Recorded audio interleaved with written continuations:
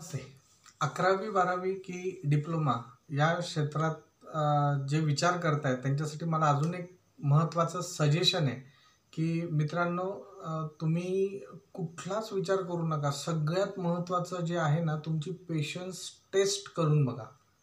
आणि ती मग कुठं करायची सर? जसं आपण ॲप्टिट्यूड टेस्ट घेतो, DMIT टेस्ट घेतो, असं कुठं कुठं जायचं आहे का? कुठल्या इन्स्टिट्यूटला जायचं आहे का? तर बिलकुल नाही. ती पेशन्स टेस्ट ना मित्रांनो, तुम्ही स्वतः तुमच्या आईबाबांच्या सहकार्याने घरातल्या घरात करू शकतात. मी नक्की हे खूप वेगळ्या पद्धतीने सांगण्याचा प्रयत्न करतोय. का? कारण की लक्षात घ्या, साधारण 2.5 वर्षांनंतर तुम्हाला 11वी-12वीचा रिझल्ट कळणार आहे आणि मग तुम्ही ठरवणार आहात की तुम्हाला चांगल्या कॉलेजला ॲडमिशन मिळते का नाही मिळते. सगळ्यात महत्त्वाचं मित्रांनो, स्वामी विवेकानंद नेहमी म्हणतात की नो युअर लिमिटेशन्स. तुम्हाला तुमचे ना स्ट्रेंथ बरोबर ना तुमचे विकनेसेस माहिती पाहिजे, की अरे हां, मी एवढं, आणि ते विकनेस लगेच स्ट्रेंथमध्ये लगेच असे कन्वर्ट होत नाहीत. त्याच्यासाठी सातत्य लागतं, त्याच्यासाठी कन्सिस्टन्सी लागते. आपण म्हणतो ना, patience plus consistency is equal to success. नुसता सर माझ्याकडे संयम आहे पण कन्सिस्टन्सी नाही आहे. संयम म्हणजे मी 2-2.5 वर्षात राहू शकतोय, पण कन्सिस्टन्सी, अभ्यासच तू नाही नीट केलास तर तुला सक्सेस कसा मिळणार आहे. प्लस दुसरी गोष्ट, सर माझ्याकडे पेशन्सच नाही. ज्याच्याकडे पेशन्स नाही त्याच्याकडे कन्सिस्टन्सी येऊच शकत नाही. हां, तर ही गोष्ट तुम्ही, सर म्हणजे काय, मला मित्रांनो सांगायचं हे की 2.5 वर्ष आपण सतत व्यवस्थित तेवढ्याच इंटेन्सिटीने अभ्यास करणार आहोत का. आणि दुसरी एक गोष्ट याच्याबरोबर, आपण ज्या स्वप्नाकडे बघून, म्हणजे मी असं म्हणत नाही, मला माफ करा, की ज्यांना 55% आहेत त्या विद्यार्थ्यांनी सुद्धा IITचे स्वप्न बघणं चुकीचं आहे का? तर बिलकुल नाही. पण ते प्रयत्न किती आपण खरे करतोय, किती व्यवस्थित त्याला 100% न्याय देतोय, हे तुमचं मित्रांनो तुमच्या मनाला माहिती आहे. की फक्त आपण, बरेचसे विद्यार्थी म्हणतात की नाही मी 55% आहे पण मी IIT साठी कोटाला ॲडमिशन घेतली आहे. तुम्ही shear wastage of time and money also. 55%, 60% तुम्हाला आहेत आणि फक्त तुम्ही छान ब्रँडेड अशा क्लासमध्ये ॲडमिशन घेतली तर तुमचं IITला ॲडमिशन होत नाहीये किंवा गव्हर्नमेंट कॉलेजला कुठल्या ॲडमिशन होत नाहीये.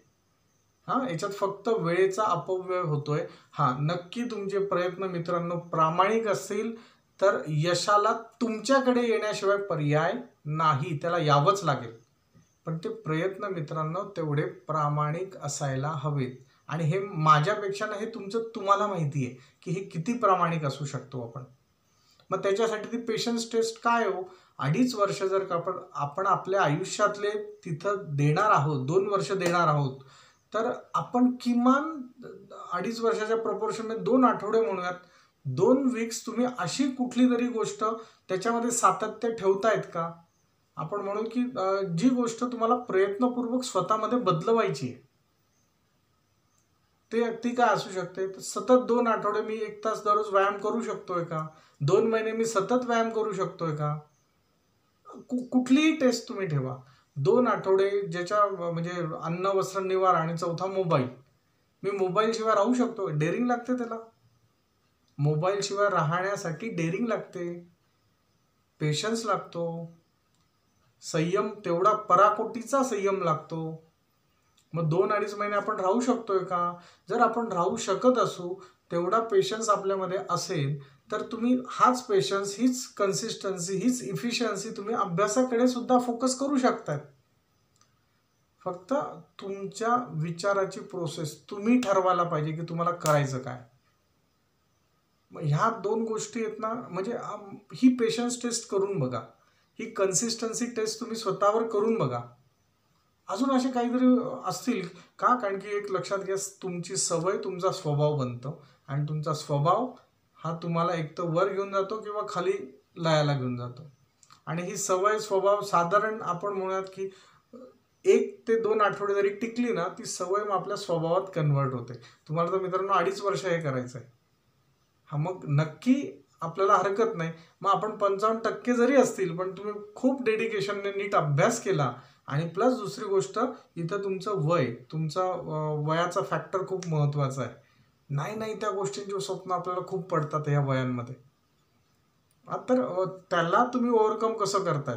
तुमचं मेन एम हे आहे, तुम्हाला मग इथंच जायचंय, असं जाता जाता जाता इकडे चालला गेलात आणि मग अरे बाप सॉरी पप्पा परत इकडे या, त्याच्यात मध्ये मग 1 वर्ष आपलं गेलं. मग हा पेशन्स टेस्ट तुम्ही स्वतः मित्रांनो करून बघा व्यवस्थित असं. आणि हरकत नाही, पण एक लक्षात घ्या, जर कधी तुम्ही त्या आपण म्हणूयात की त्या 5% लोकांमध्ये तुम्ही नसाल, आपण म्हणूयात की 100पैकी 5% लोक किंवा त्यांच्या फॅमिली बॅकग्राऊंड किंवा त्यांना मिळणारं बूस्टअप हे त्यांना 55 वरनं 90 वर घेऊन जातं आणि ते छान कॉलेजला सिलेक्ट होतात. पण तुम्ही स्वतः ते बघा की तुम्ही त्या 5%मध्ये नसाल, तर उगाच तुम्हाला मग तो तुमचा भ्रम असणार आहे. तुम्हाला मग नंतर मग आपण म्हणूयात ना पश्चात्ताप केल्याशिवाय पर्याय नाही. ठीक आहे. तर आत्ताच वाईज डिसिजन घ्या आणि नक्की तुम्हाला मग करायचं काय त्याच्यावर तुम्ही नीट व्यवस्थित विश्वास ठेवा आणि परत एकदा तुम्ही डिप्लोमा करा, इंजिनिअरिंग करा, 11वी 12वी करा, अजून दुसऱ्या कुठल्या क्षेत्रामध्ये जा. सगळा मित्रांनो गेम हा मनाचा आहे. तुम्ही इथं जेवढे स्ट्रॉंग आहात ना, हे सगळं तुम्ही ठरवू शकतायत. आई बाबा तुम्हाला फक्त एक ट्रॅक बनवून देऊ शकतात, पण त्याच्यावर चालायचं कसं हे तुम्ही ठरवायचं आहे. ठीक आहे.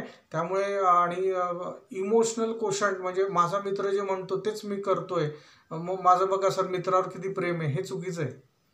तुझा सगळ्यात जवळचा मित्र तुझे आई बाबा आहेत, तर ते जे सांगतील ते तू नक्की कर, त्यावर नक्की विचार कर आणि शेवटी तुला जे मनाला वाटेल तेच कर, पण ते मनाला वाटणारं तेवढंच रॅशनल असायला पाहिजे असं मला वाटतंय. ठीक आहे. तर ज्या गोष्टीवर आणि सगळ्यात माझं नो युअर लिमिटेशन्स. नाही मी काही करू शकतो सर, तू ठीक आहे, तू 2 फूट उडी मारू शकतोय, 3 फूट उडी मारू शकतोय, उगाच एक्साइटमेंट होऊन नाही सर मी 10 फूट उडी मारेल, अरे मग तू खाली पडणार आहेस. ठीक आहे ना. तर नो युअर लिमिटेशन्स. तुम्ही 4 फूट उडी मारू शकतायत ना, नक्की प्रयत्न करा. पण उगाच तुम्हाला असं सांगणारे असे नाही त्या गोष्टींमध्ये अडकवणारे पण बरेचसे लोक भेटतील. पण स्वतःची बुद्धी वापरा, नीट व्यवस्थित ठरवा आणि मग काय तो डिसिजन घ्या. ठीक आहे. शुभेच्छा. भारत माता की जय.